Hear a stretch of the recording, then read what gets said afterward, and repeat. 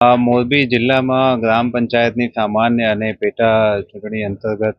એ સમગ્ર ચૂંટણીની જે પ્રક્રિયા છે એ ખૂબ જ શાંતિપૂર્વક માહોલમાં યોજાય અને આજે જે મતદાનની પ્રક્રિયા છે એ ફ્રી ફેર અને પીસફુલ એન્વાયરમેન્ટમાં યોજાય એના માટે પોલીસ દ્વારા તમામ બંદોબસ્તની ગોઠવણી કરી દેવામાં આવેલી છે. તમામ બૂથ બિલ્ડિંગ ઉપર પોલીસના ફિક્સ બંદોબસ્ત અને એ તમામ રૂટ જે છે એ મોબાઈલ પેટ્રોલિંગથી પણ આવરી લેવામાં આવેલા છે અને હાલ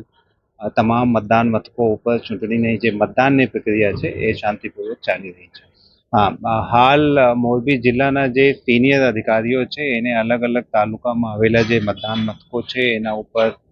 સુપરવિઝન રાખવા માટે અને પેટ્રોલિંગ રાખવા માટે જવાબદારી આપવામાં આવેલી છે અને હળવદ તાલુકા અને મોરબી તાલુકા એની વિઝિટ મેં જાતેથી પણ કરી છે અને હાલ જે પ્રમાણે મેં જાણ કરી તમામ મતદાન મથકો ઉપર